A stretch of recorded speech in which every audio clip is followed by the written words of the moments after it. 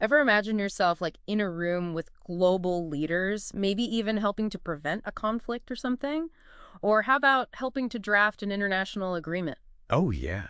That's some high stakes stuff. Yeah, But that's the world that a political affairs officer navigates. it is. And today we are going to take a deep dive into this career using RoleCatcher's in-depth guide as our compass today. Sounds good.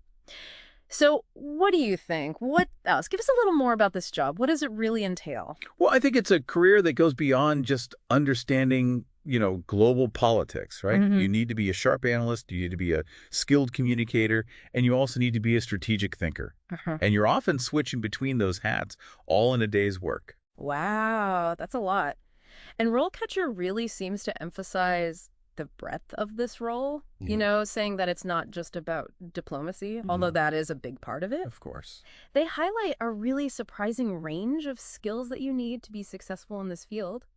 Like one detail I found really interesting was the emphasis on sales and marketing knowledge. Yeah. I mean, that's not something you typically associate with international relations, right? Right. It might seem a little counterintuitive at first, but when you think about it, it makes sense. Yeah. I mean, think about it.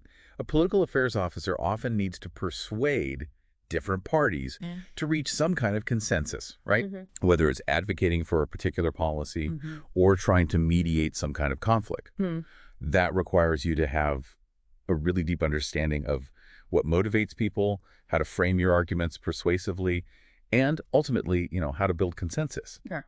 And those are skills that are honed in the fields of marketing and sales. Huh. Interesting. Okay. Yeah. Okay. So let's say, you're convinced this whole international intrigue thing, like that's for you. Yeah. That's your jam. What does it look like to actually climb the ranks in this field? Well, RoleCatcher, they actually do a pretty good job of laying out like a typical career trajectory, Okay. and it's really helpful to see that progression like actually laid out. Yeah. They talk about how a lot of aspiring political affairs officers, they start out in these more research-heavy roles, maybe supporting, more senior officers, drafting briefings, just really getting to grips with the real intricacies of specific regions or issues. So starting out, it's less about like jet setting to global summits and a lot more about like, that image of someone hunched over a desk late at night with a stack of briefing books. Yeah, mastering the art of research and analysis, absolutely. Okay. But I think that's also where this like continuous learning thing comes in. Okay. Yeah. As you prove your expertise, you gain that experience, you naturally progress to more strategic positions, right? Makes sense. This might involve, advising on policy decisions or mediating conflicts or even, leading teams. But RoleCatcher is really clear that this is a field that rewards people who are committed to, constantly deepening their knowledge. Yeah. I mean, the world of geopolitics doesn't exactly stay static. No. You got to be constantly learning, keeping up with everything that's going on. All the time.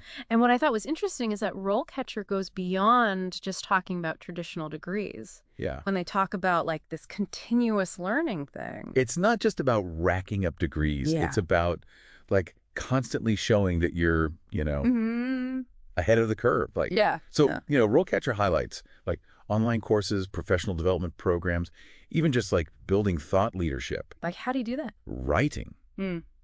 publishing articles, or like white papers. So you're really putting your stamp of expertise on something. Exactly. You're showcasing it, right? Making Yeah. it tangible. Okay, so this is where it gets, I think, really interesting, but maybe a little bit daunting, honestly. Okay. RoleCatcher mentions this whole trend now of employers using AI to scan applications. Oh, yeah. It's like you're not just competing with other people, you got to make sure that a robot likes your resume too. Yeah, it's a sign of the times for sure. But I don't think it's as intimidating as it sounds. Okay. Think about it like this, right? Okay.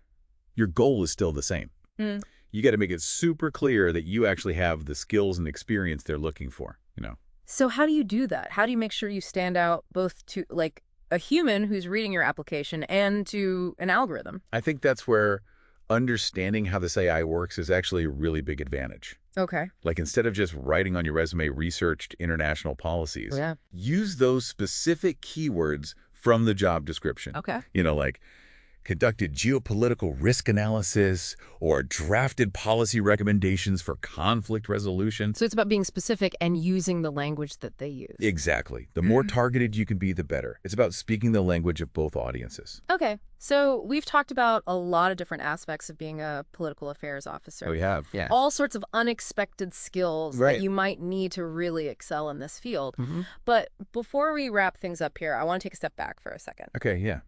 Imagine you're actually on this career path now. You're on your way. Okay. What is it that really gets you jazzed, gets you excited about the prospect of becoming a political affairs officer?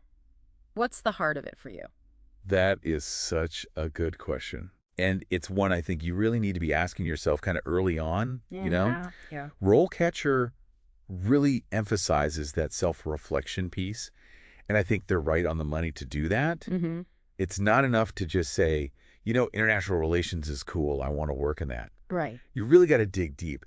Like, what change do you want to see in the world? What are those, like, you know, late night issues that you can't stop thinking about? Yeah. The things that keep you up at night. Exactly. Yeah. Because this is such a broad field Mm-hmm. that, you know, there's so many paths you could take. Absolutely. You could be working on conflict resolution one day and then international development the next. Exactly.